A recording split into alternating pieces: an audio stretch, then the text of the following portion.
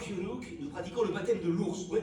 Une fois le cordon coupé, le père dépose le nouveau-né tout nu sur la glace avant de le rendre à sa mère. Ça se passe dans un village qui s'appelle Okyonook, qui est un pays imaginaire qui se trouve dans le nord-nord-est du monde. Ils se retrouvent tous les soirs autour d'un grand feu pour converser. Le langage est un trésor pour eux. Et puis un jour, il y a un camion noir qui arrive sur la place du village et qui distribue des catalogues à tout le monde, des catalogues avec des objets qu'ils ne connaissent pas. Et comme ils n'ont pas d'argent, ce marchand va leur proposer d'acheter les objets avec des mots.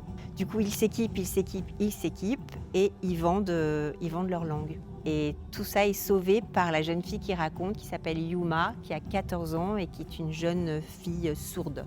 Les catalogues, les chaudières, l'îlot central déserté, les dents arrachées et le silence qui en nous dit tout ce que vous aimez, vous laissant impuissants et exclus. Alors moi, Gourven, je traduis tout à voix haute pour que les deux clans, avec le dé à coude qui leur reste de cervelle, puissent entendre que leur haine ne leur appartient pas.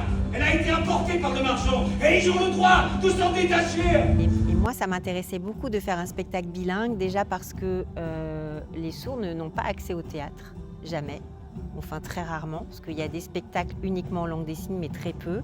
Et là, je trouvais très intéressant d'essayer de mélanger les deux langues, pour pouvoir mélanger les publics et que les sourds puissent, autant que les entendants, pouvoir avoir accès à tout le spectacle. Ça, c'était mon défi. Et c'est quelque chose qui me tient très à cœur parce que je trouve que les sourds ne peuvent pas aller ni au concert, ni regarder des films.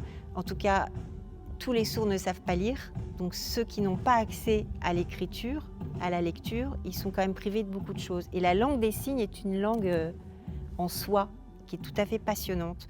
Et j'aimais bien ce mélange qui se marie très bien d'ailleurs de la langue orale et de la langue des signes.